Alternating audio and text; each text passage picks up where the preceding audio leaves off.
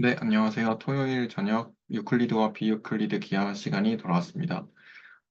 오늘은 저와 이제 전병주 선생님께서 이제 발표를 해주시기로 했는데, 우선은 이제 전병주 선생님 발표를 먼저 듣고 가는 시간을 갖도록 하겠습니다.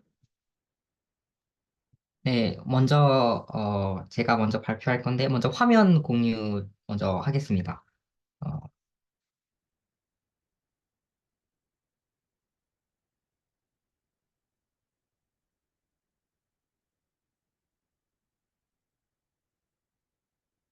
네, 어, 잠시만요. 화면을 일단 이렇게 해놓고, 네. 우선, 네, 제가 이번에 생각했던 주제는 그 원뿔 곡선인데요. 원뿔 곡선이 뭐 코닉 섹션이라고 하는데, 이 원뿔 두 개를 이렇게 하나를 왜 뒤집었는지, 이 생각을 왜 했는지까지는 잘 모르겠지만, 어쨌든 뒤집어서 원뿔 두 개가 있는 거를, 그래서 이걸 단면으로 잘랐을 때 생기는 곡선을 원뿔 곡선이라고 합니다. 일단은 이 원뿔 두 개 이렇게 있는 거는 이 곡면이거든요.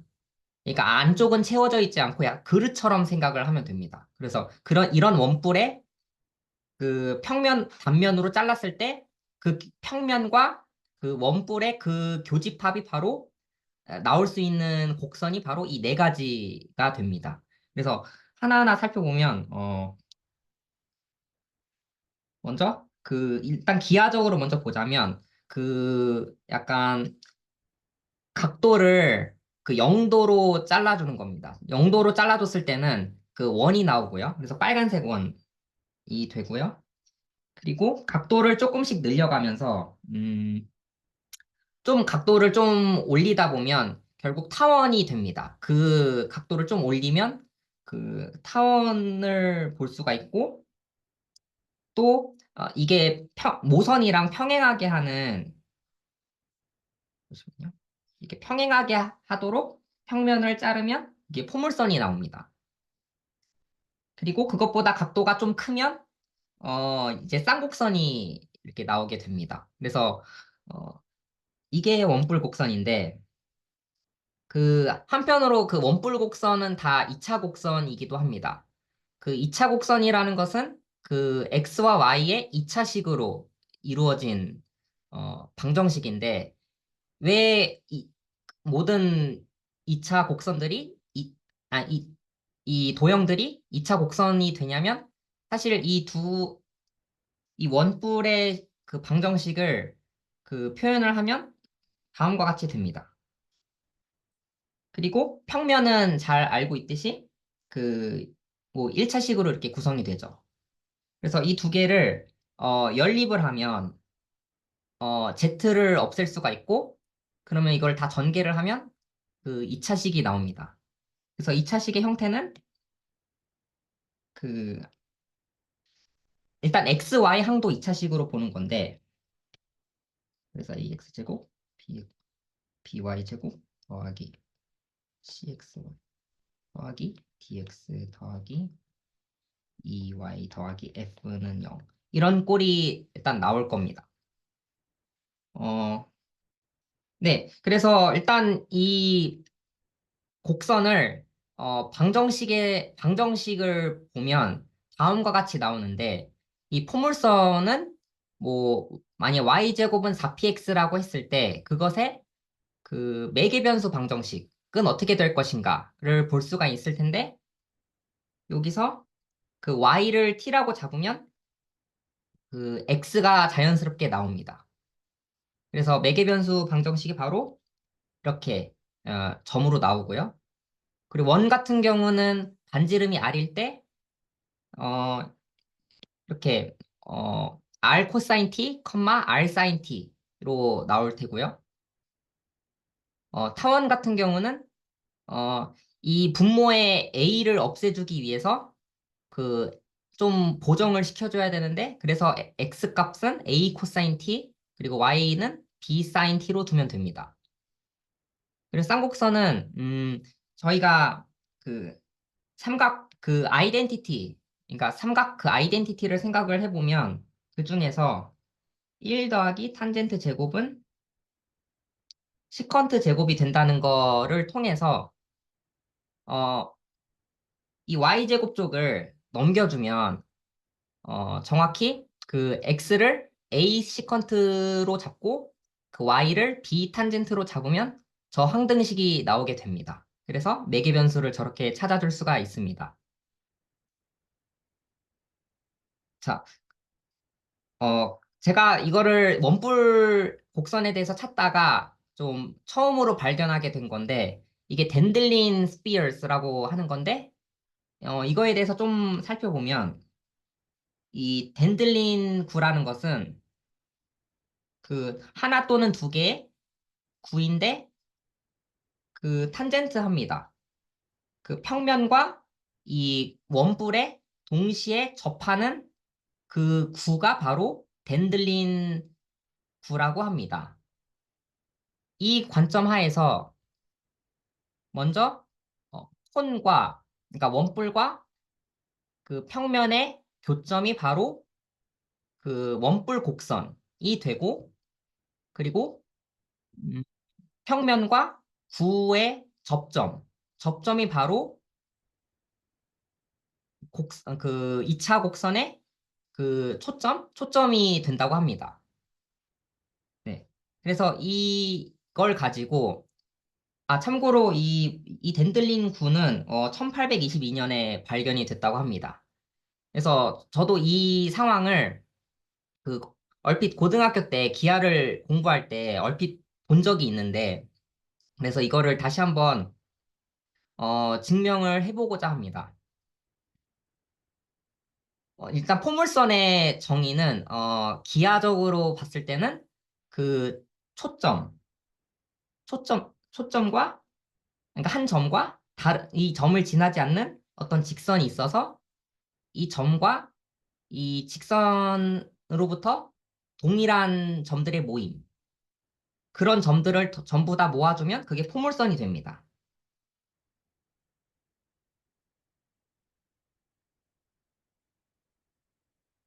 네.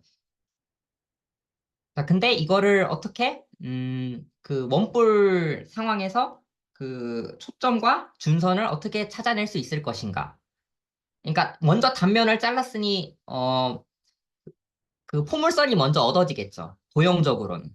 근데 거기서 이제 초점과 준선 이 정의를 음, 그 찾기 위해서는 몇 가지 뭔가 작업이 필요한데 먼저 이 설명을 하기에 앞서 먼저 좀 사전에 설명할 것이 좀 필요할 것 같습니다. 자, 일단 그림을 좀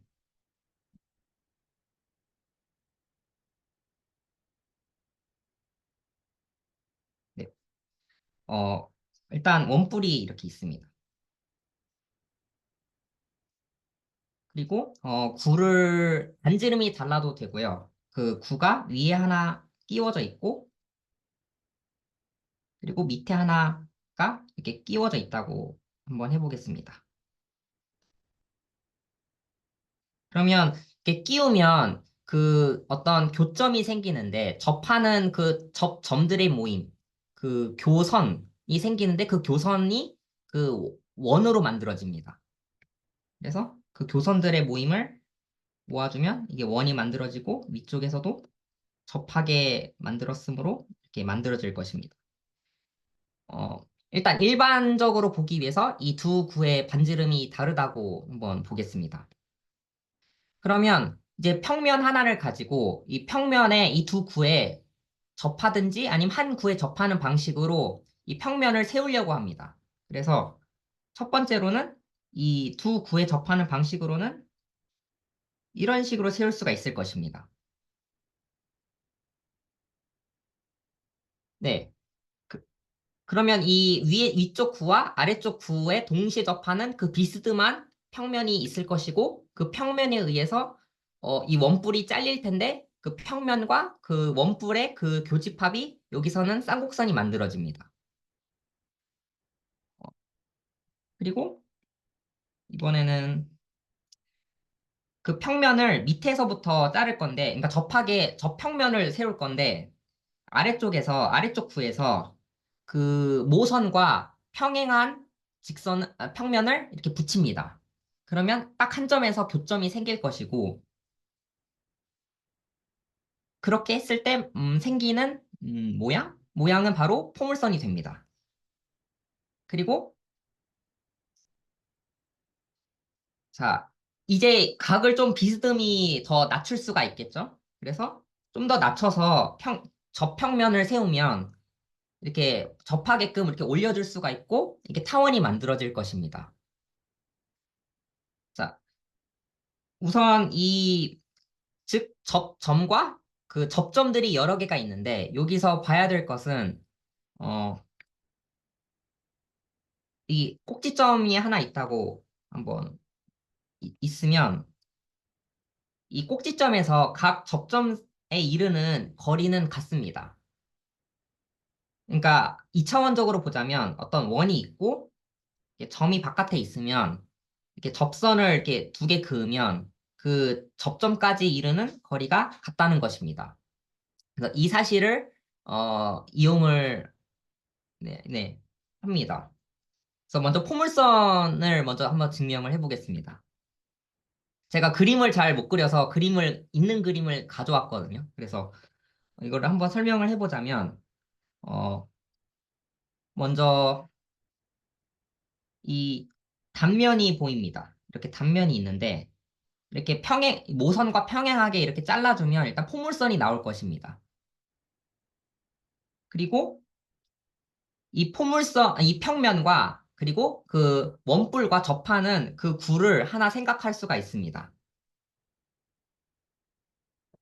그러면 이 구는 그 원뿔에 대해서는 그 교선인 원이 만들어지고, 다른 색깔로.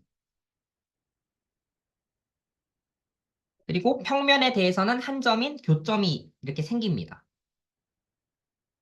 자, 여기서 이 보라색 그 원을 어, 포함하는 평면을 만듭니다. 그러면 이 초록색 평면과 파란색 평면 사이에 어떤 직선 교선이 생길 것입니다. 네. 그러면 세팅이 완성이 되는데, 어, 우선 여기서 볼 수 있는 것은, 여기서 주장하고 싶은 것은 이 포물선 위에 임의의 점은 이 구와 평면의 교점인 그 교점 사이의 이 거리와 그리고 그 교선, 교선까지의 거리가 언제나 같다는 것입니다. 그 포물선 위에 임의의 점을 가지고 했을 때 다 그렇게 된다는 것입니다. 그래서 이거를 증명하고 싶은데, 자, 그러면 우선 뭘 볼 수가 있냐면, NP라는 먼저 평면적으로 상상을 하는 게 좋습니다. 그래서 제가 색깔이 좀 겹치는데, 어떻게, 잠시만요. 아, 자, 먼저 이 평행사변형이 하나가 있는데요. 이 그림이 잘 안 맞네요.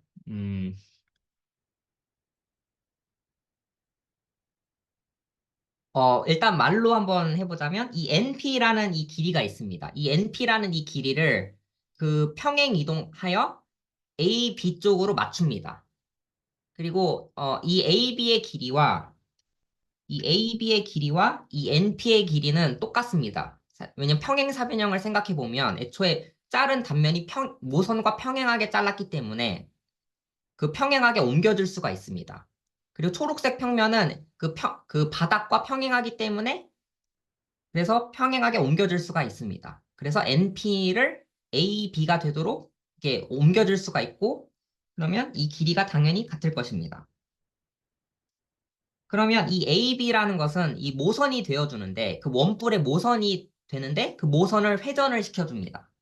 뭐 회전을 시키다 보면 그 적절한 지점 중에 그 MP가 있습니다. MP도 역시 교선이 됩니다. 근데 이 P에서 M으로 가주는 이 선분은 바로 PF의 선분과 길이가 같습니다. 이유는 P라는 점에서 이 구의 그은 접선이기 때문입니다. 원, 그 원뿔 위에 있는 의미의 점은 언제나 구의 접선으로서 작용할 것이고, 그리고 F라는 이 초점 F는 애초에 평면과 이 구가 접점으로 되어 있기 때문에 자연스럽게 PF와 M, 그러니까 PF와 PM은 접선 사이의 거리로서 같아집니다. 그래서 그, 그래서 증명이 된 겁니다. 여기서 주장하고 싶었던 것은 PM과 PF가 같다는 것인데, 이 P가 이 포물선 위에 어디에 돌아다녀도 항상 이렇게 증명할 수가 있습니다. 이게 포물선이었고, 이제 타원을 좀 보자면, 이 타원 같은 경우는 좀 더 평행하게가 아니라 좀 더 각을 낮춰서 그 잘라주면 일단 뭔가 동그란 모양이 나오는데 그것이 타원입니다. 그래서 타원 같은 경우는 그, 그 원뿔에 접하면서 그러면서 그 평면에 접하도록 하나를 만들면 위쪽에 하나를 세울 수가 있고, 그리고 아래쪽 구를 그 평면과 접하면서 그 양끝 그 겉표면의 그 원뿔과 접하도록 세우면 아래쪽 구를 볼 수가 있습니다. 그래서 이 구는 이렇게 구가 쭉 있는데,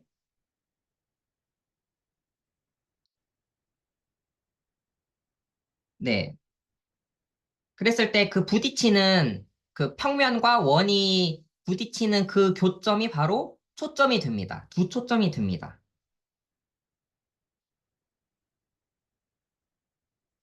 그리고 타원의 정의는, 그, 그 초점 사이의 거리의 합이 일정한 게 그 타원의 정의입니다.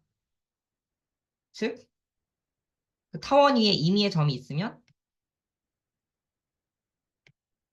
그 PF1 더하기 PF2가 일정.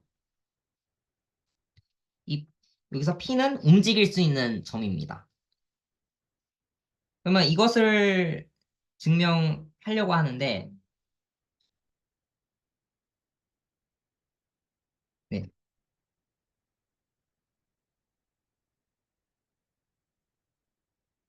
먼저, 타원 위에 점 하나를 잡겠습니다. 그림에서 보다시피 P라는 점을 잡습니다. 그러면 이 P에서는, 이 아래쪽 구를 보면, 이, 이 F2까지의 그거 선분과, 그리고 이 꼭지점에서, 원뿔의 꼭지점에서 아래쪽을 쭉 내리면 어떤 그냥 선이 나오는데, 이 P2는, 그러니까 접선입니다. 그래서 접하기 때문에 이 길이가 같습니다.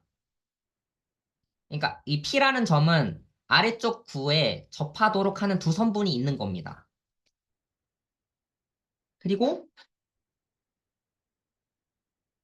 이 PF1,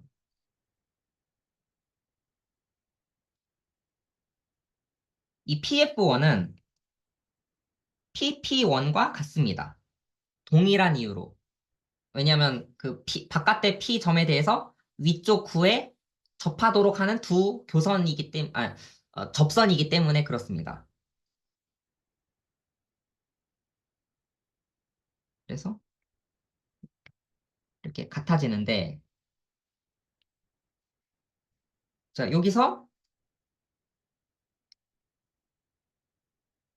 그 PF1 대신에 PP1으로 옮겨주고, PF2 대신에 PP2로 옮겨주면,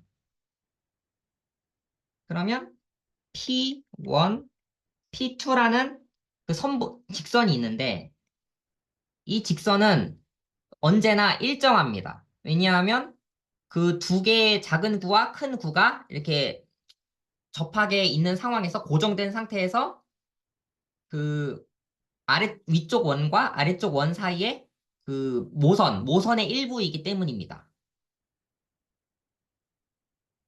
그래서 이 PP2는 바로 이 모선의 길이가 되면서 언제나 일정하게 되는 것입니다.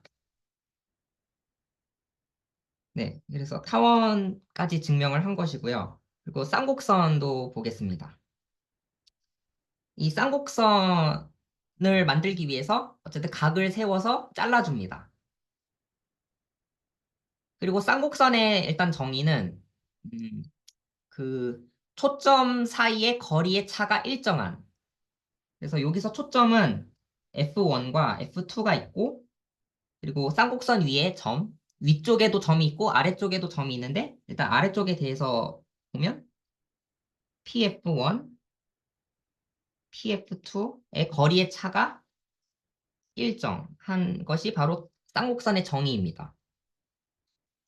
그 아마도 그 쌍곡선의 정의를 먼저 발견하고 이걸 한 거라기보다는 이 원뿔 곡선에서의 상황에서 먼저 잘라준 다음에 나중에 이 정의를 발견한 게 더 자연스럽지 않나 싶습니다.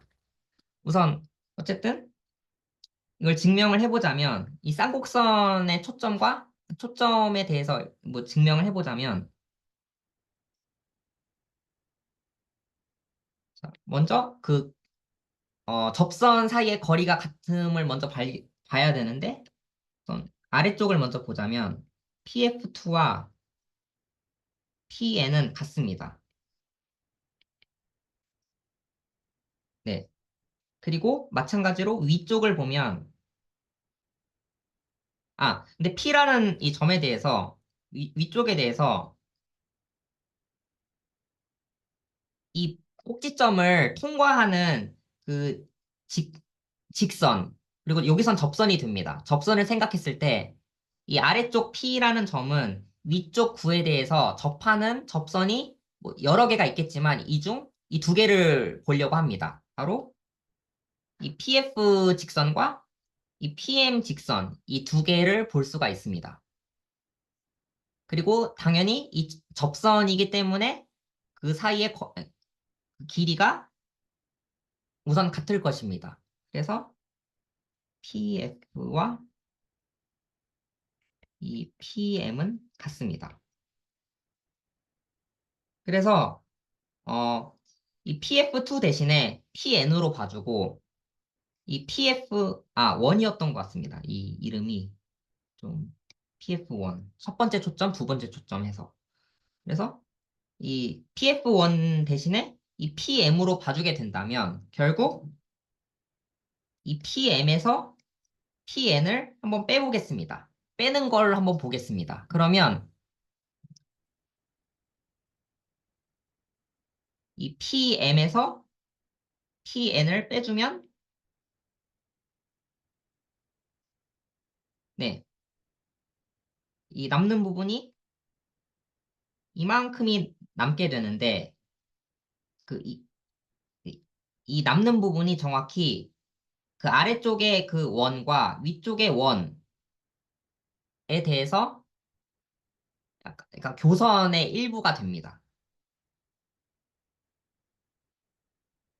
그래서 이걸 돌려서 본다면 약간 그 교선을 따라서 이렇게 회전한다고 생각하면 됩니다.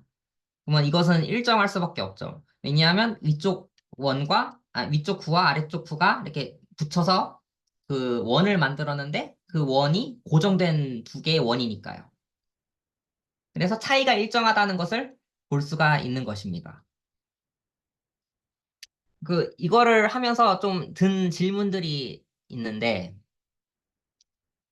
그 2차 곡선에 대해서 살펴봤던 것인데 과연 그 3차 곡선에 대해서는 이게 분류를 했을 때 몇 가지가 나올 것인가? 몇 가지로 분류될 것인가?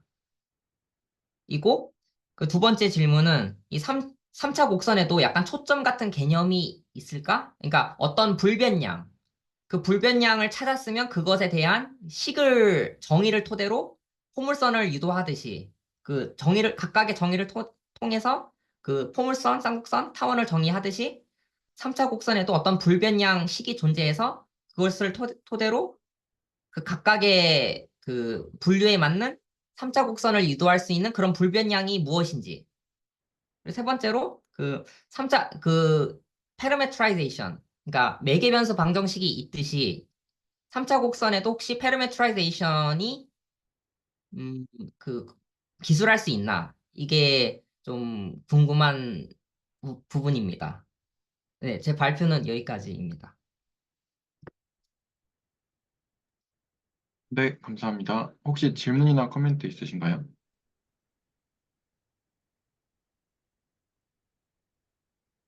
약간 제가 하나 있는데요. 그 아까 타원하고 쌍곡선 하셨을 때 한번 그림 한번 아, 보여주시겠어요? 네. 저 공유를 다시 네. 해야겠네요.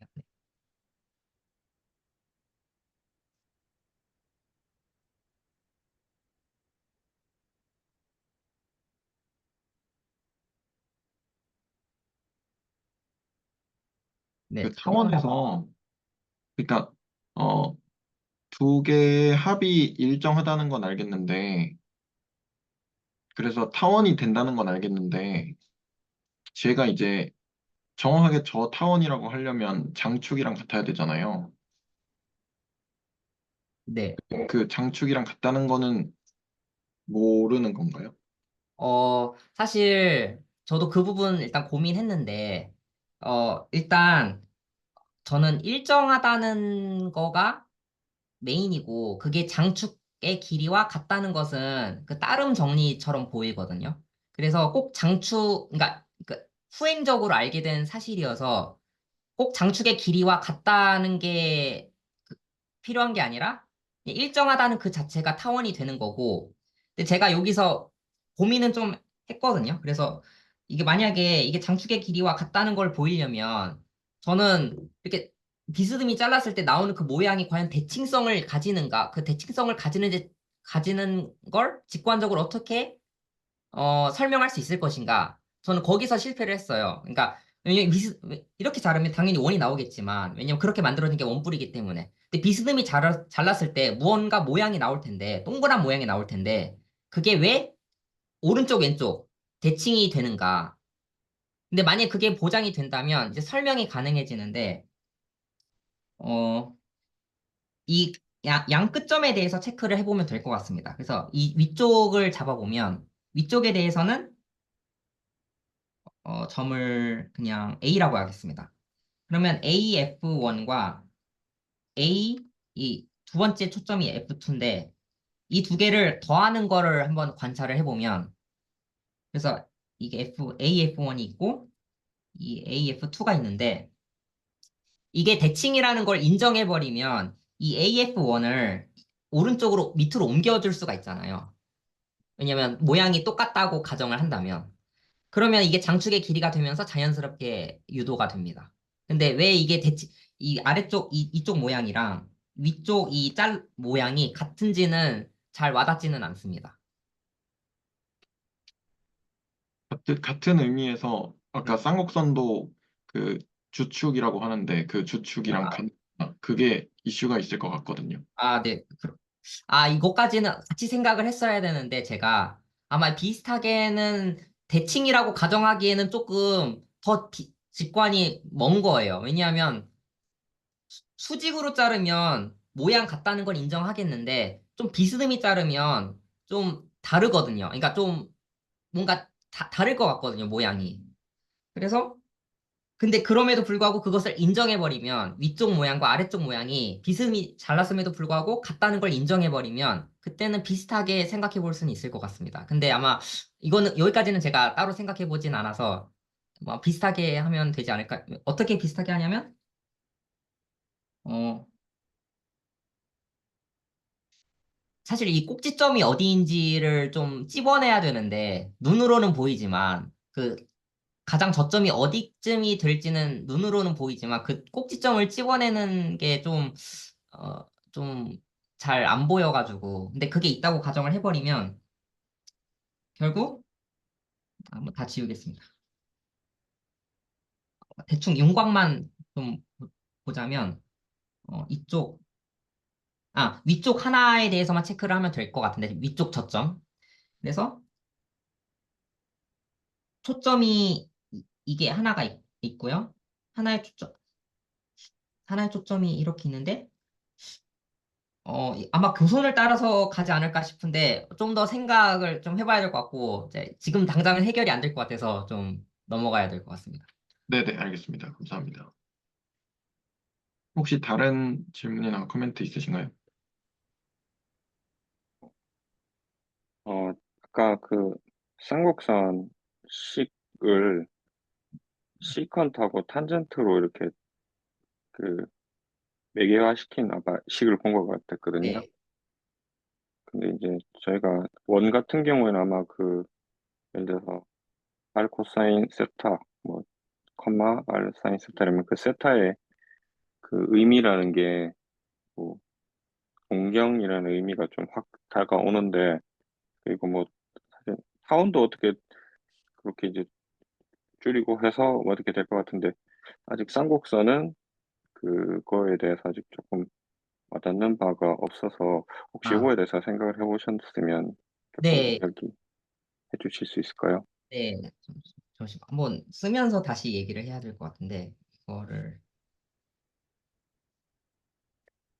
그리고 또 예전에 봤을 때 그 쌍곡 그 하이퍼볼릭 사인, 하이퍼볼릭 네. 코사인 그걸로도 아마 그 또 파라마이 그 매개화를 또 시켰던 것 같은데 왠지 될 것 그렇게도 생각해 볼 네 수 있을 것 같습니다. 사실, 그렇게도 또 해. 그 매개화하는 방법에 대해서는 유일하지는 않을 것 같아요. 왜냐하면, 일단 원만 잠깐 생각을 해봤을 때, 이거를 보통 저희는 R 코사인 세타, 뭐 Y는 R 사인 세타로 이렇게 매개화를 하지만, 사실, 그냥 R 사인 세타로도 할 수는 있잖아요. X를. 그리고 Y를. 물론 이거는 약간 위상적으로 약간 페이즈 차이지만, 그래서 어쨌든 이렇게도 할 수 있다는 약간 변화가 있고, 그리고 일단 쌍곡선에 대해서는 이게 빼기가 있기 때문에, 이게 1이기 때문에, 먼저 이렇게 일단 봐줍니다. 그 더하기로 봐주면 뭔가 우리가 알고 있는 1에서 뭔가 더했을 때 뭔가가 되는 그 항등식 중에는 두 가지가 떠오르는데, 바로 1 더하기 탄젠트 제곱이 시컨트가 된다는 것과 1 더하기 코탄젠트 제곱이 코시컨트 제곱이 된다는 거를 이용을 한다면 자연스럽게 이, 이 b제곱분의 y제곱을 탄젠트 제곱이 되도록 만들어주는 겁니다. 그러면 그 타원에서의 상황을 만약에 그 매개화를 하는 상황을 이게 좀 어느 정도 이해를 했다면 y를 b 탄젠트 세타라고 두는 것이 자연스럽습니다. 그리고 그 뭐 x를 a 시컨트 세타라고 두면 되겠죠. 또는 이 아래 항등식을 써서 또 나타낼 수는 있을 것입니다. 그리고 만약에 쌍곡 그 하이퍼볼릭 사인인가요? 그게 익스포넨셜로 정의되는 그 항등식은 제가 다 기억은 못 하는데 그렇게도 그러면 가능할 겁니다. 1이 껴있으면 1 더하기 뭐 하이퍼볼릭 식이 있겠죠? 제곱이. 그리고 그것에 대한 하이퍼볼릭이 있겠죠? 또는 네. 그래서 이런 꼴을 봐가지고, 그 꼴을 보고 1 더하기 어쩌고 제곱은 어쩌고 제곱, 이렇게 있다면, 또 그걸 보고, 그러니까 치환? 매개화를 할 수 있을 것 같습니다.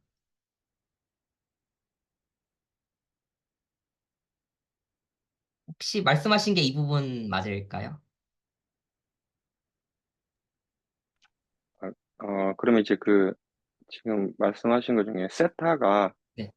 이제 그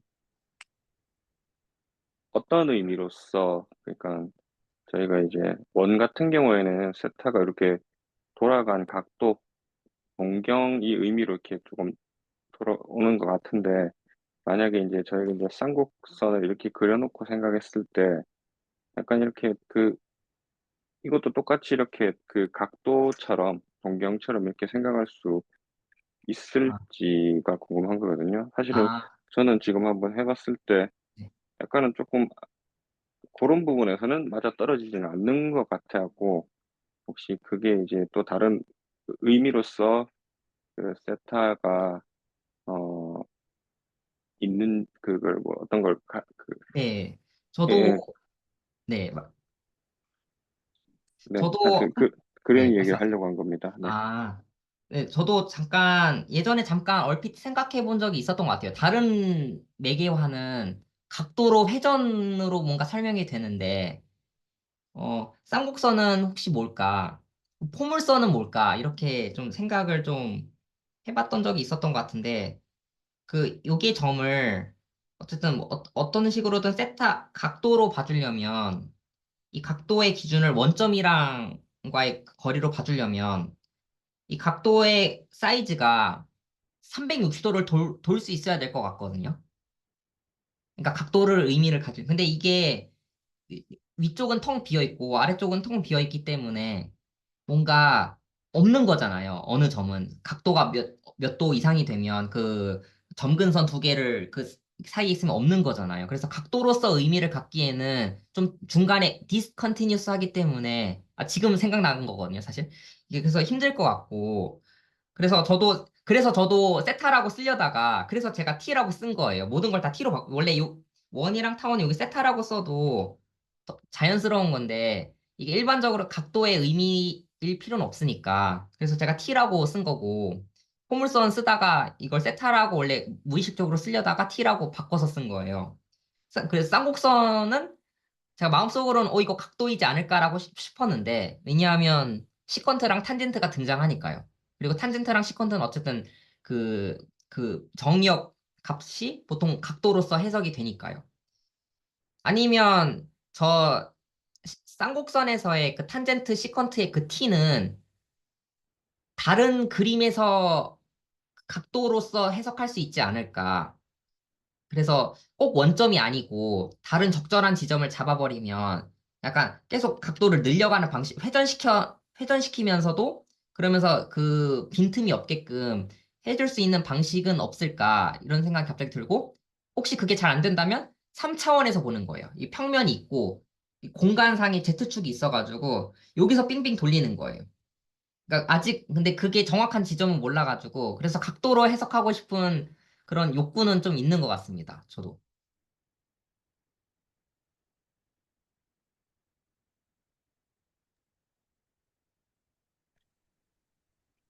그리고 이건 다른 이야기인데, 그, 제일 처음에 말씀하셨던 거 이제 저희가 그 원뿔을 이렇게 거꾸로 네, 붙여놓은 이 이유가 뭘까? 이거에 대해서는 그냥 제가 아까 그 말씀을 처음 하실 때 하셨는 것 같은데, 그냥 이제 저는 이제 드는 생각이 그 저희가 그 프로젝티브 사양평면을 이야기 많이 다뤘었잖아요. 그러니까 그 사양평면에서 결국에 이 다 원점에서 나가는 직선들이 다 점이니까 그 어떤 사양평면에서 생각하면 오히려 이게 사양평면에서의 원이라고 할까요? 하여튼 사양평면에서의 곡선 그런 식으로 생각하니까 오히려 조금 와닿는 느낌인 것 같아요. 그러니까 그때 네, 그때 또 우리가 그 이야기를 하면서 사형평면에서는 그 쌍곡선, 원타원 이런 것들이 포물선 이런 것들이 다 같다 뭐 이런 얘기도 같이 했었잖아요, 그죠? 예, 네, 그런 의미에서 조금 이렇게 또 볼 수 있지 않나 또 그런 생각이 또 들었습니다. 혹시 지금 말씀하신 설명이 거꾸로 세운 것에 대한 당위를 설명하신 건가요? 약간 이유? 어, 약간 뭐 그런 거일 수도 있고 어쨌든 그 조금 연관성이 있는 것 같다라는 좀 아, 생각인 거예요. 그러니까 저도 그러니까 저는 거꾸로 세운 것에 대해서는 잘 와닿진 않지만, 저희가 사형 기하를 배웠을 때 여기가 눈이고 이렇게 쏘아서 본 거다. 그리고 이 상을 뭐 이렇게 세우면 상이 맺혀질 것이고, 원이라는 상이 맺혀질 것이고, 상을 이렇게 세우면 눈에서 바라봤을 때 그게 뭐 타원 뭐 될 수도 있을 것이고, 각도가 좀 크면 한쪽 부분에 쌍곡선은 볼 수 있겠죠. 한 눈에서 보면. 근데 이게 제 생각에는 뭔가 거꾸로 뒤집어서 보는 게 뭔가의 자연스러움은 있고, 이거 쌍곡선을 설명하기 위한 것 같은데, 왜냐면 쌍곡선의 정의 자체가 그 차이를 봐야 되기 때문에. 근데 어떻게 해서 그 뒤집어서 그 세워서 본 것일까? 일단, 일단 이 뿔에서, 원뿔에서 모든 2차 곡선이 얻어진 것인데, 저는 또 갑자기 궁금해진 게 어떤 모델이 있어가지고, 어떤 곡면이 있어가지고, 그 곡면을 평면으로 잘랐을 때 그게 3차 곡선이 되는 그런 원뿔 같은 곡면은 없을까? 이런 생각이 좀 갑자기 좀 들었습니다. 근데 뒤집어진 것에 대해서는 여전히 의문이고, 뭔가 사형적인 상황이랑 관련은 좀 있어 보입니다.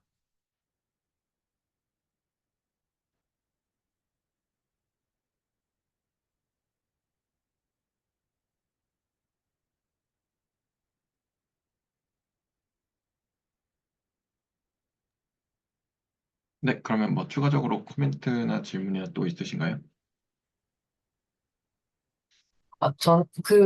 방금 전에 말씀하신 거 대해서 저는 사실 뒤집어 놓고 한 거는 이제, 아무래도 쌍곡선 정의가, 아니, 쌍곡선을 정의하기 위해서라고 생각을 했었거든요. 아무래도 정의가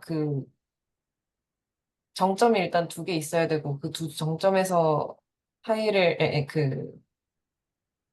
거리 차이가 같은, 아니, 어쨌든 점들의 집합이라고 하니까. 그래서 그 뒤, 뒤집어 놓은 원뿔의 그러니까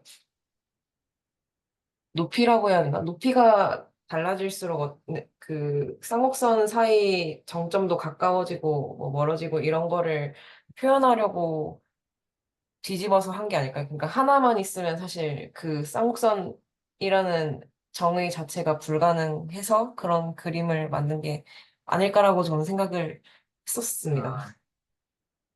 일단, 근데 그거는 쌍곡선의 정의를 먼저 알아야지만 차이가 일정하다는 것을 알아야지 그게 자연스러울 것 같기도 한데, 또 한편으로 잘랐을 때 나오는 단면이 한쪽만 있다고 해볼게요. 그러면 잘랐을 때는 어쨌든 그 쌍곡선의 한쪽 면은 있을 거예요. 네, 맞아요. 근데 그것의 불변량을 찾기 위해서 하다 보니까 자연스럽게 그 위쪽이 필요해서 세운 게 아닐까. 왜냐면 지금 불변량 찾는 거잖아요. 그 구를 딱 꽉 끼웠을 때의 그 접점과 접평면과 접선을 이용해서 그걸로 표현이 되는 불변량을 찾고자 하는 건데, 이게 쌍곡선은 한쪽으로만은 안 되는 거죠. 그래서 자연스럽게 불변량을 먼저 찾고자 했더니 자연스럽게 좀 되지 않았을까도 싶습니다.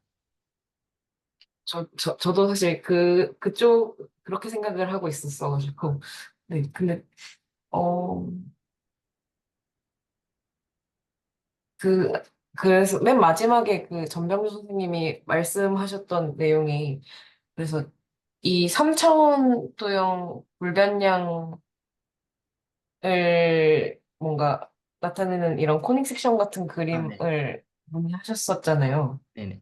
그래서 저도 그 부분, 그래서 이제 2차원은 이렇게 똑바로 된 것과 뒤집어진 콘 모양을 이렇게 두 개 붙여놓고 찾았는데, 3차원은 그러면은 이제 4차원 도형에서 찾아야 되는 걸까요? 그러면?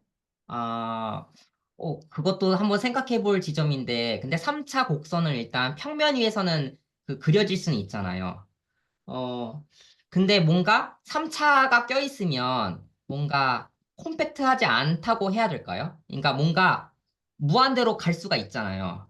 왜냐면 한쪽이 플러스 쪽으로 커지면 반대쪽은 마이너스 쪽으로 무한히 작아질 수가 있잖아요. 근데 그 제곱만 껴있으면 이게 한쪽이 커지면 다른 쪽도 커져야 되기 때문에 상수로서 고정이 되어 있어야 되니까 약간 원뿔 닫힌 그 도형 안에서 상상할 수 있겠는데, 뭔가 3차 곡선 같은 경우는 뭔가 약간 좀 무한히 뻗어나가는 어떤 곡면이 되지 않을까 싶기도 하고, 좀 저도 궁금합니다. 그게 어떤 코닉 섹션 같은 게 뭐가 있을지. 그래서 그거 하나만 있으면 자르는 그 방식에 따라서 보여지는 것이죠.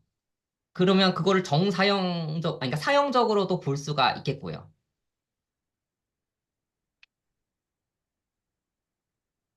그런 도형이 혹시 있는, 존재 여부를 알고 계시는 분이 있으실까요? 지금, 아니면 아예 없는, 그, 연구가 안 됐거나 아니면은,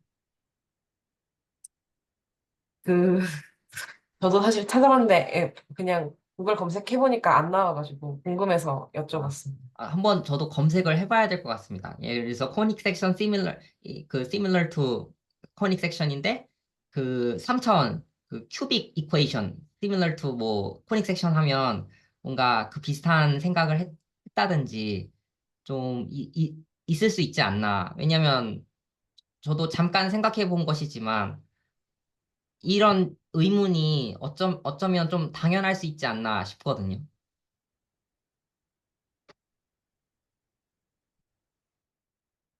네, 그럼. 네, 그러면 또 질문이나 코멘트가 또 없으시면 그럼 이번엔 제 발표로 넘어가도록 하겠습니다.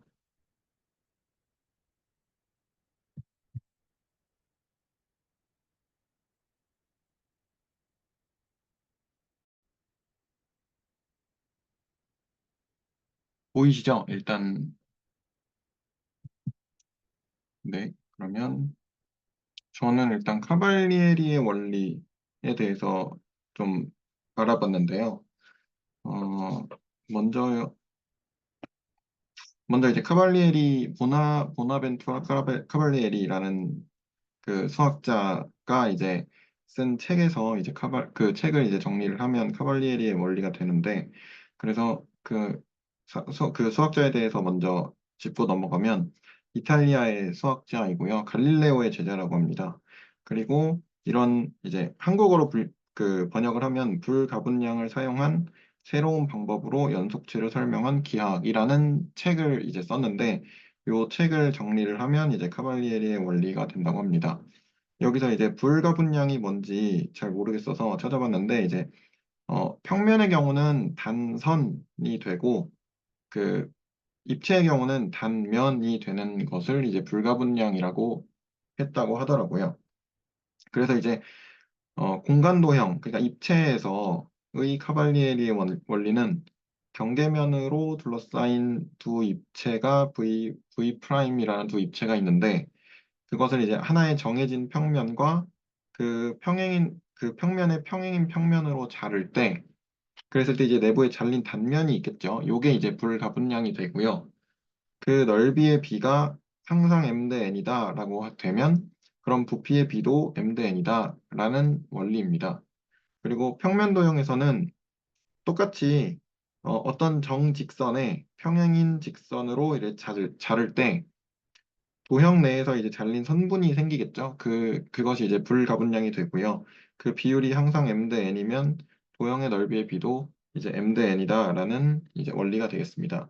그래서 일단 평면 도형부터 예시를 한번 봐보면, 이게 첫 번째로는 삼각형을 가지고 왔는데요. 이게 이제 평행한 두 직선이고요.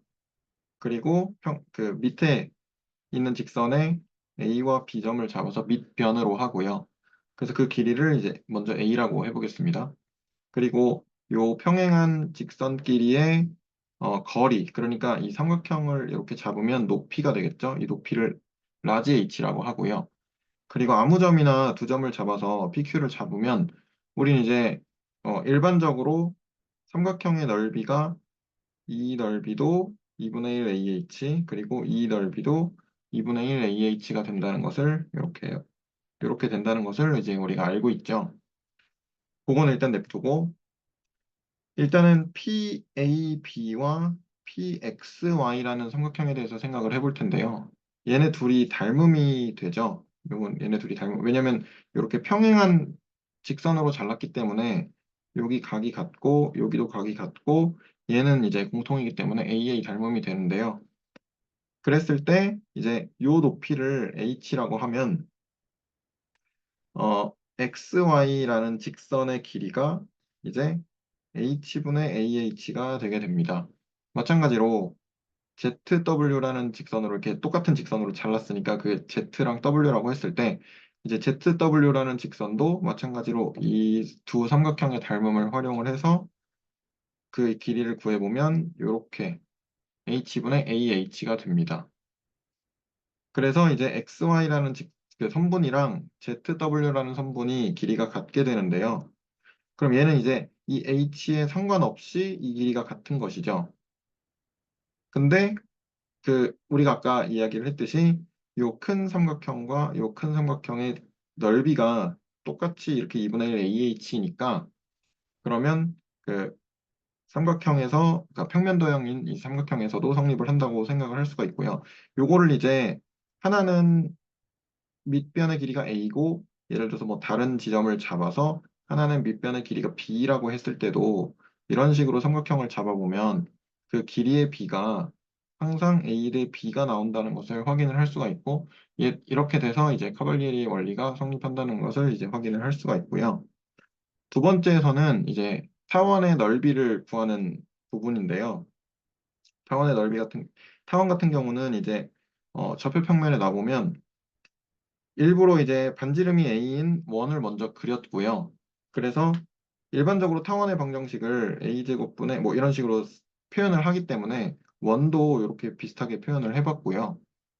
그리고 장축의 수직인 직선으로 아무렇게나 이렇게 잘랐는데 그렇게 잘랐을 때 요 식에 의해서 이 길이, 그러니까 AD의 길이와 BC의 길이의 비율이 이제 A 대 B가 된다는 것을 우리가 식을 통해서 확인을 할 수가 있고, 그러면 이제 원의 넓이가 파이 A 제곱인 것도 우리가 알고 있으니까 여기다가 A분의 B를 곱해서 타원의 넓이도 파이 AB라고 이렇게 구할 수가 있습니다. 이거 이제 카발리에리의 원리를 이용을 해서 타원의 넓이를 구한 것이죠.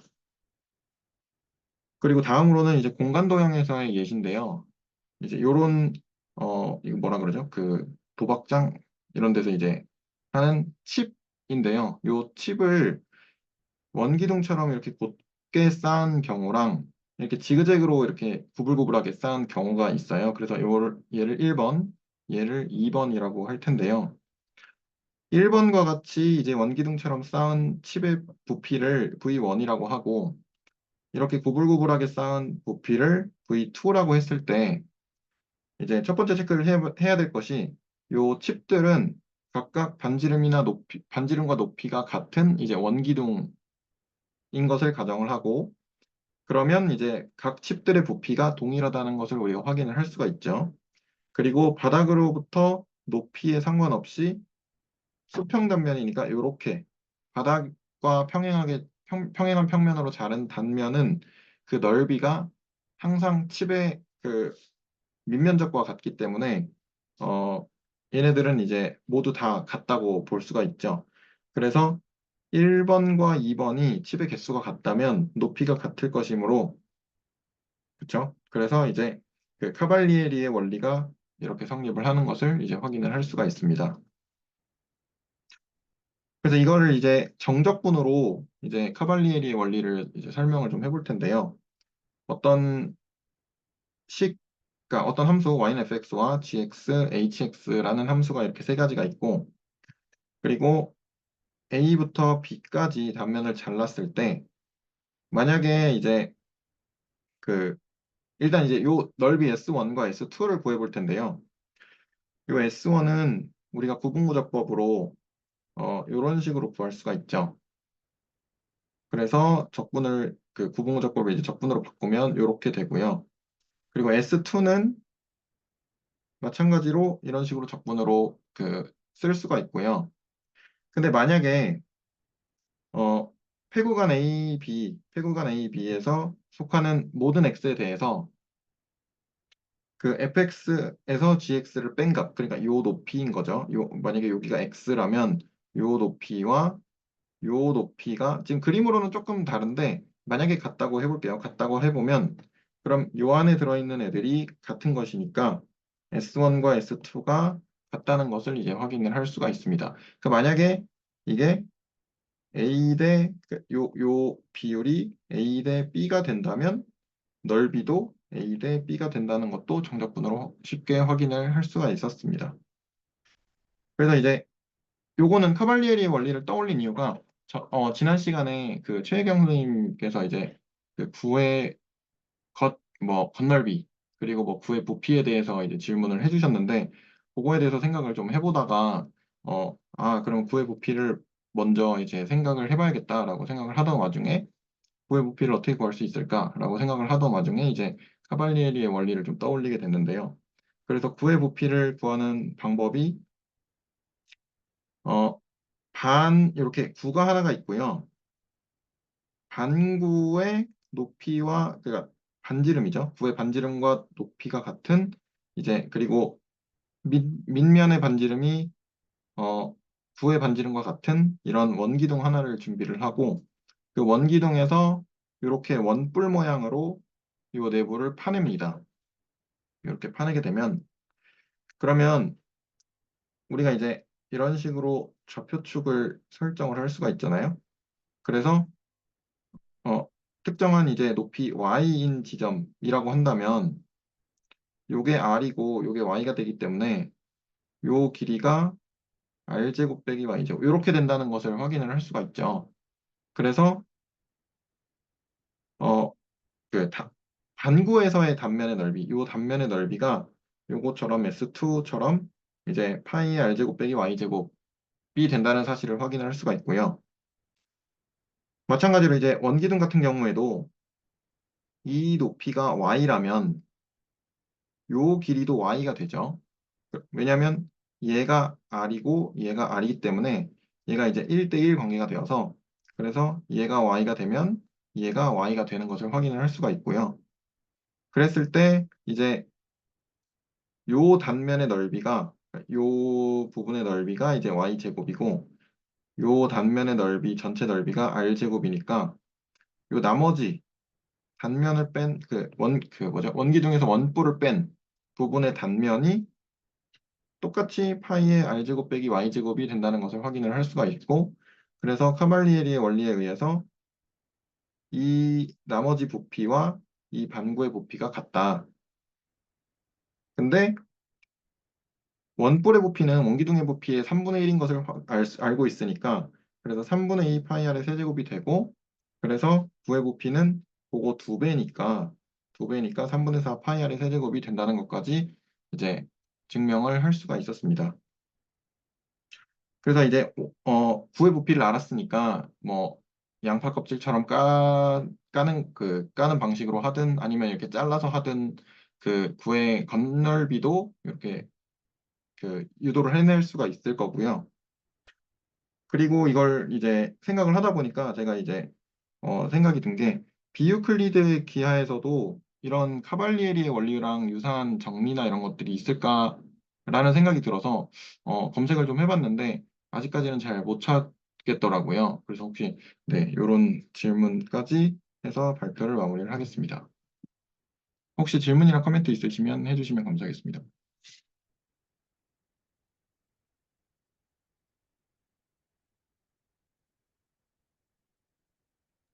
저 그 원뿔의 부피를 통해서 네, 원뿔의 네. 부피를 통해서 구의 부피를 찾은 것인데 근데 원뿔의 부피는 어떻게 구하죠, 그러면?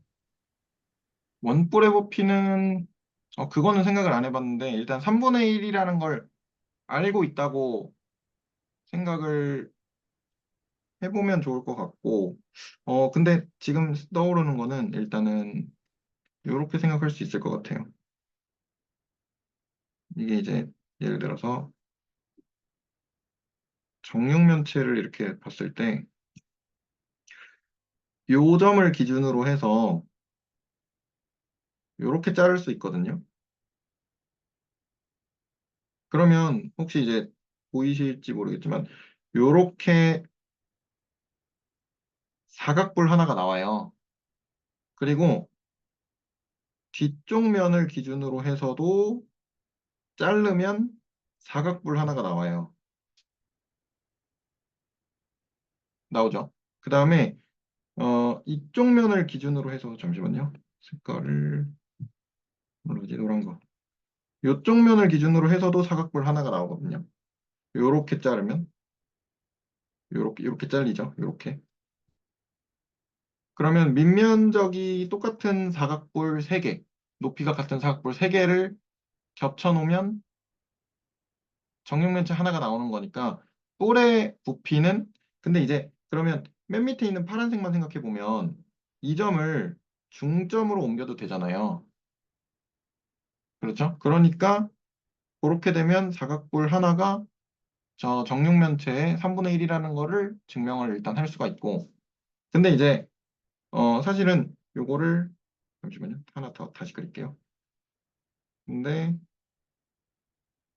이렇게 정사각형이 있고 아까처럼 높이가 같은 이제 사각뿔이라고 했을 때 요 내부에다가 이렇게 원을 내접할 수가 있잖아요. 근데 이제 원이랑 사각형 정사각형은 넓이 비율이 일정하니까 얘도 똑같이 이런 식으로 뿔을 만들면 이렇게 그럼 원뿔을 만든 거죠. 카발리에리의 원리에 의해서 잘랐을 때 단면이 비율이 일정할 거거든요. 그래서 이제 얘도 똑같이 그러면 원기둥을 이렇게 만들었을 때도 3분의 1이 되겠다라는 것을 이렇게 유추할 수 있지 않나라는 생각이 들었습니다. 적분으로 해도 아마 되겠죠. 적분으로 그 구분무적법으로도 증명을 할 수 있을 거고요.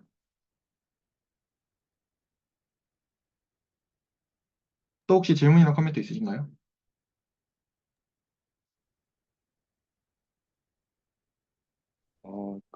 저희가 이제 이 까발리에리 원리에 대해서 지금 이야기하고 있는데, 사실은, 어, 이것도 그냥 그, 그러니까 쉽게 말해서 제가 이게 정리가 아니고 그냥 이제 어떤 발견술 같은 그런 맥락으로 보는 게 맞겠죠? 그러니까 뭐 진짜 증명은 적분으로 해야 되는 거고, 얘는 이제 우리가 어떤 설명 방식으로서 그런 어떤 발견할 수 있는, 이래서 얘는 이렇지, 이렇게도 되지 않느냐, 약간 조금 그런 좀 타당한 설명 방식으로 그런 식으로 생각하고 받아들이는 게 맞는 관점인가요? 이것도 저도 한번 생각을 해보고 찾아보기도 했는데 그 카발리에리의 원리 자체를 증명한 어떤 뭐 문서나 이런 것들은 잘 못 찾겠더라고요. 거의 없는 것 같더라고요. 그래서 이게 그 이제 위에 제가 보시면 어, 이런 책에서 이런 책을 이제 그 정리를 했더니 그게 이제 이거더라라는 문서는 있었거든요. 근데 이 책을 제가 정확하게 본 게 아니라서 거기까지는 잘 모르겠습니다. 저도. 네.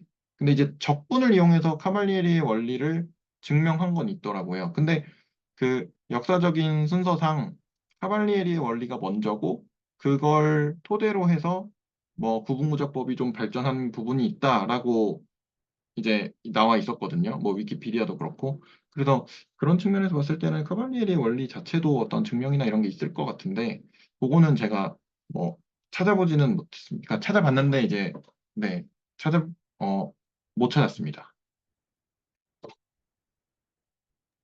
갑자기 떠오른 게 있는데, 그 정리 이름은 기억이 안 나지만, 그러니까 둘레가 일정하다고 해볼게요. 그러니까 패곡선의 둘레가 일정하다고 해볼게요. 곡선인데, 그 둘레를 고정시킨 것이죠. 그랬을 때, 그것의 최대 넓이는 무엇인가 했을 때 원이잖아요. 그러니까 직관적으로 아무튼 원이 되잖아요. 근데 그것에 대한 증명은 뭐랄까요? 좀 미분기하적으로 증명을 했던 것 같은데, 왜냐면 그 임의의 도형이 될 수 있잖아요. 그리고 다각형이 아닐 수도 있고, 그냥 임의의 어떤 곡선으로 이루어진 걸 수도 있는데, 그 모든 패곡선에 대해서 증명을 한다라는 것은 뭔가 일반적인 증명 방식이 있어야 되고, 특정한 어떤 다각형만 가지고는 하기에는 더 많은 얘기를 하고 있잖아요. 카발리에리 원리가 임의의 두 평면 도형이라고 얘기하고 있잖아요. 그리고 이 평면 도형은 구부러질 수도 있고, 곡면일 수도 있는 거잖아요. 곡선일 수도 있는 거잖아요. 그 경계면이. 그렇기 때문에 이것을 증명을 하려면 뭔가 기술적인 뭔가 발달이 있어야 되지 않나. 그게 바로 미적분이고. 네, 네. 근데 일단 다각형에 대해서는 증명이 왠지 될 것 같습니다. 그러니까 정다각형에 대해서 얘기를 해야 될 것 같습니다. 네. 네, 코멘트 감사드립니다. 그러면 혹시 또 추가적으로 질문이나 코멘트 없으시면 이제 정경 교수님 코멘트를 좀 들어보면 좋을 것 같습니다.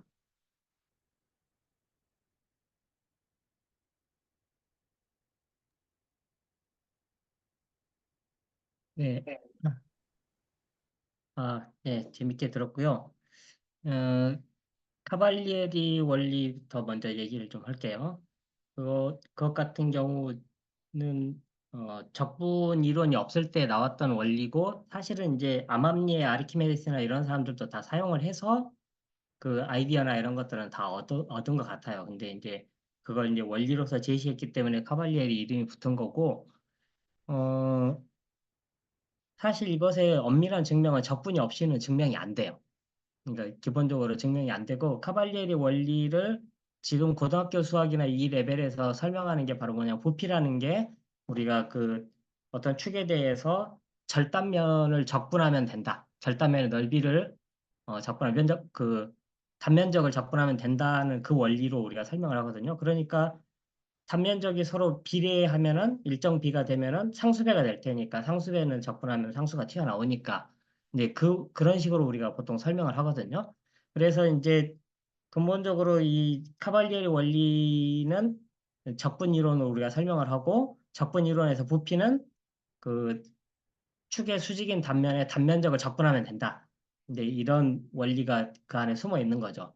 그러면 이제 축의 수직인 것에 단면적을 적분한 게 왜 부피냐? 그 얘기가 당연히 있어야 되는 거죠.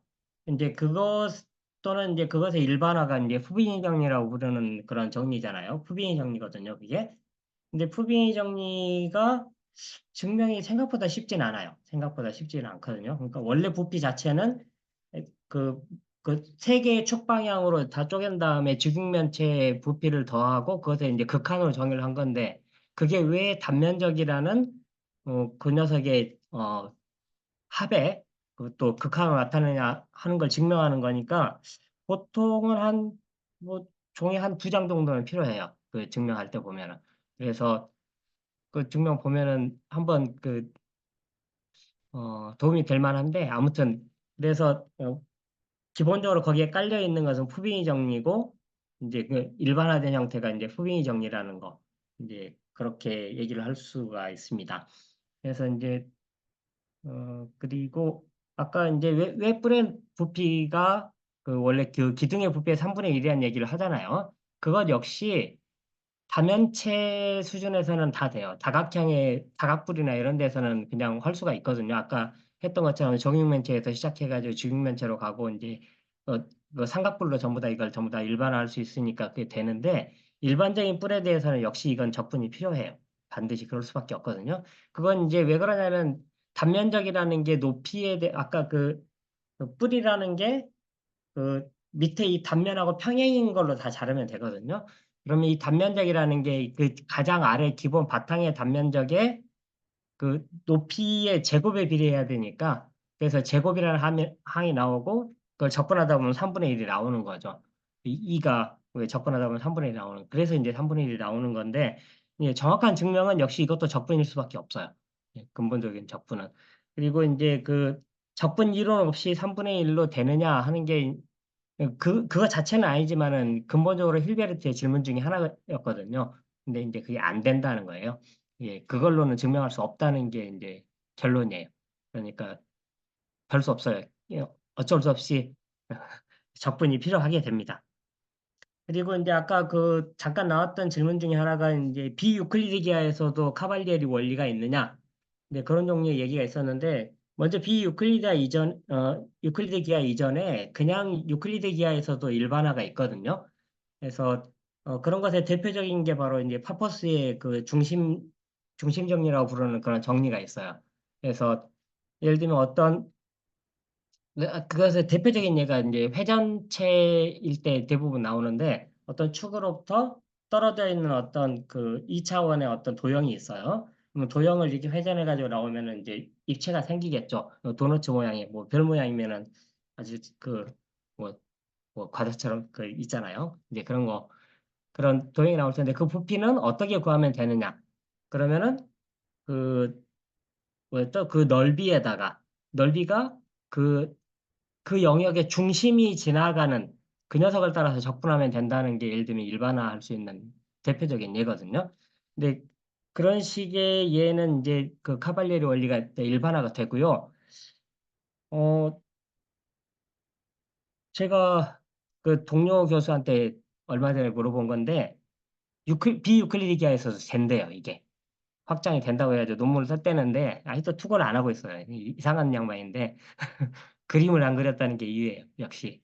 근데 비유클리디아에서도 이제 그게 되는데 그리고 이제 뭐 그 정도뿐이 아니라 이게 꼭 넓이뿐이 아니라 일반적으로 밀도 함수가 주어져 있는 경우에 질량에 대해서도 똑같이 확장할 수 있다고 그러더라고요. 네, 논문 안 보여주니까 모르는데 저는 자, 아무튼 뭐 그래서 가능하다고 하더라고요. 그래서 그것은 일단 가능한 걸로 보면 될 것 같습니다. 잠깐만요. 이게 지금 저 배터리가 떨어져서 잠깐. 네, 감사합니다.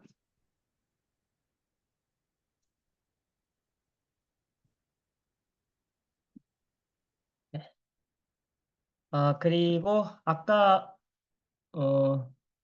뭐 거기에 대해서는 제가 뭐 대충 제가 생각했던 건 얘기를 다 한 것 같고요. 그다음에 저기 아까 그 뭐였었죠? 그 2차 곡선, 원뿔 곡선 얘기가 이렇게 있었는데 이 원뿔 곡선 그러니까 원래 그 역사적으로 보면 원뿔 곡선이 먼저 시작이에요. 원뿔이 있었을 때 그것의 절단선으로 자른 곡선들을 생각한 게 원뿔 곡선의 먼저 시작이고요. 그다음에 거기에서 그 다음에 나온 이제 개념이 바로 저 이심률이라는 걸 이용해 가지고 정의하는 원뿔 곡선의 개념이에요. 그러니까 그건 뭐냐면은 그 지금의 정의하고 달라요. 타원 쌍곡선의 정의가 예전에는 그렇게 생각하지 않았거든요. 옛날에 생각했던 것은 한 초점하고 한 직선이 있어요. 한 직선이 있었을 때 이 어떤 점이 그러니까 그 주어진 점하고 주어진 직선으로부터의 거리의 비가 어떻게 되느냐가 중요했거든요. 그게 1대1이 되면 포물선이고 뭐 1대2가 되면은 그러니까 뭐 어느 쪽이냐에 따라 다르겠지만 타원이 되고 어떻게 되면 이제 쌍곡선이 된다. 이제 이런 식으로 해가지고 그 이심률의 개념을 써가지고 예전에 그 다음에 이제 원뿔곡선 얘기가 됐던 거고 그 오늘날처럼 그 길이의 합이 뭐 어떻게 된다, 그다음에 길이의 차가 어떻게 된다 이런 종류의 개념은 훨씬 더 뒤에 나온 거예요. 그래서 그 어느 게 정의냐가 이제 사실 문제인데, 그러니까 원래는 그렇게 출발했던 거. 그래서 원뿔곡선에 출발했고 그게 식으로 이제 그 표준형으로 표현하고 뭐 이러면은 이제 그게 2차식으로 표현이 된다는 것도 이제 나중에 해석기하게 발달하면서 나오는 거기 때문에 이제 그건 나중 얘기예요. 그다음에 아까 그 당들랭의 그 사람이 프랑스 사람이기 때문에 당들랭이라고 불러야 되거든요. 근데 아무튼 그 당들랭의 구 같은 것은 이제 상당히 늦게 나왔는데 어, 그 증명이 상당히 좀 재밌잖아요. 그래서 어, 제가 그 예전에 그 기하학과 상상력 번역하면서 저도 그때 그 처음 봤었거든요. 그 책에서. 그래가지고 증명을 알았었는데 잊어버리고 있다가 아까 지금 나오길래 다시 한번 좀 찾아봤는데, 예. 어, 예, 뭐, 뭐라고 해야 되나? 그냥 아이디어는 별로 어렵지 않아요. 아이디어는 별로 어렵지 않아서, 어, 뭐, 나중에 제가 뭐 어떻게 한번 다시 써가지고 뭐 그렇게 그냥 보여줄 수도 있을 것 같습니다. 그 다음에 그 아까 그거 하다가 이제 불변량이라는 얘기가 나오는데 이제 불변량이라는 용어가 약간은 좀 잘못 쓰이고 있다는 그런 생각이 들어요. 그래서 우리가 2차 곡선, 2차 함수 얘기를 했을 때 불변량이라는 게 이게 뭐라고 해야 되나? 그러니까 다른 의미로 좀 사용이 되고 있거든요. 그래서 예를 들면은 두 개의 그 2차 식이 있어요. ax 제곱 더하기 뭐 bxy 더하기 cy 제곱 더하기 dx 어쩌고 이렇게 나오는 이 식하고 또 다른 a 프라임 x의 제곱 어쩌고 나오는 이 두 개의 식이 과연 같으냐, 다르냐 이런 걸 a, b, c 뭐 이런 계수에 관한 어떤 식으로 구별할 수 있느냐 뭐 이런 종류의 얘기를 할 수가 있거든요. 그리고 그게 타원이냐 쌍곡선이냐 이런 것을 어떻게 구별하느냐 그런 종류의 문제를 표현하는 용어로 불변량이라는 용어를 사용을 하고 있어요, 이미. 그때 사용하는 게 판별식이거든요. 그래서 이 판별식 그 b제곱 마이너스 4ac 있잖아요. 그 2차식에 나오는 그 개수로 나오는 이게 그 녀석을 구별하는 하나의 기준이 되거든요. 그래서 거기서 사용을 하고 있기 때문에 불변형이라는 용어는 여기서 약간은 쓰면 좋지는 않는 것 같아요. 그래서 이제 그 용어 얘기를 하나 하면 될 것 같고, 그다음에 아까 저기 쌍곡선을 그 매개화했을 때 그 시컨트하고 탄젠트로 표현했을 때 나오는 그 t 혹은 뭐 세타가 기하학적으로 무슨 의미를 가지고 있느냐? 저도 잘 모르겠어요. 그 기하학적인 의미를 꼭 생각해야 되느냐 하는 그런 문제도 있는 것 같아요. 이게 기하학적으로 이- 우리가 볼 수 있는 그런 양은 아닌 것 같아요. 그래서 그게 굳이 거기에다가 의미를 부여해서 그걸로 다룰 필요는 별로 없는 것 같아요. 제 생각에는. 그렇고 그다음에 근데 이제 그걸 이제 이렇게는 해요. 그걸 보면은 이제 그 하이퍼볼릭 코사인하고 하이퍼볼릭 사인으로도 그걸 매결할 수가 있잖아요. 그 예를 들면 그 직각삼각선 뭐 x제곱 마이너스 y제곱이 1이라고 치면은 하이퍼볼릭 코사인 t, 하이퍼볼릭 사인 t라고 했을 때 그때 t에는 의미를 주기는 해요. 그때는 그게 이제 쌍곡각이라는 의미를 주거든요. 그래서 쌍곡거리하고 관련돼 있는 어떤 그 양이라고 우리가 생각은 할 수가 있어요. 그래서 거기에는 의미를 뭐 부여하려면 부여할 수 있는데 그냥 그 시컨트하고 탄젠트로 주어져 있는 녀석은 그 상가함수가 본질적으로 그냥 그 쌍곡선을 묘사한 데는 저는 좋은 매개화는 아니라고 생각해요. 그래서 그게 기하학적인 의미가 있을 것 같지는 않아요. 제 생각에는. 뭐, 부여한다면 억지로 해줄 수 있겠죠. 그렇지만은 뭐, 큰 의미는 없지 않을까. 그렇게 저는 생각을 합니다. 그리고 이제 3차 곡선의 분류는 저도 잘은 몰라요. 잘은 모르니까 모르는데, 어, 뭐 3차 곡선도 파라메트라이즈 할 수 있겠죠. 뭐, 뭐, 음, 뭐, 원칙적으로는 다 파라메트라이즈 근본적으로 할 수는 있는 거니까. 그래서 그렇지만은 뭐 근본적으로 생각을 해보면은 그 3차 곡선이 참 이거 뭐라고 말을 해야 될지 아무튼 뭐 가능을 할 것 같고 뭔가 분류도 있을 것 같은데 그것을 제 생각에는 어떤 그 뭐 도형의 절단선 이런 식으로는 해석이 안 되는 것 같아요. 그런 식으로는 아마 해석이 안 되는 것 같고 그렇게 해석하기 위해서는 좀 뭔가 갖춰져야 되는 수학적인 그런 그 조건들이 있을 것 같은데 3차 곡선은 아마 아니지 않나 그냥 그렇게 생각을 하고 있어요. 그다음에 뭐 또 무슨 얘기가 있었더라? 무슨 얘기가 있었는지 제가 까먹어가지고 네, 뭐 일단은 이 정도로 얘기할 수 있을 것 같습니다. 네, 감사합니다. 그럼 혹시 뭐 또 질문이나 코멘트가 있으시면 들어보고, 어, 없으시면 오늘은 여기까지 하는 걸로 해도 될 것 같습니다.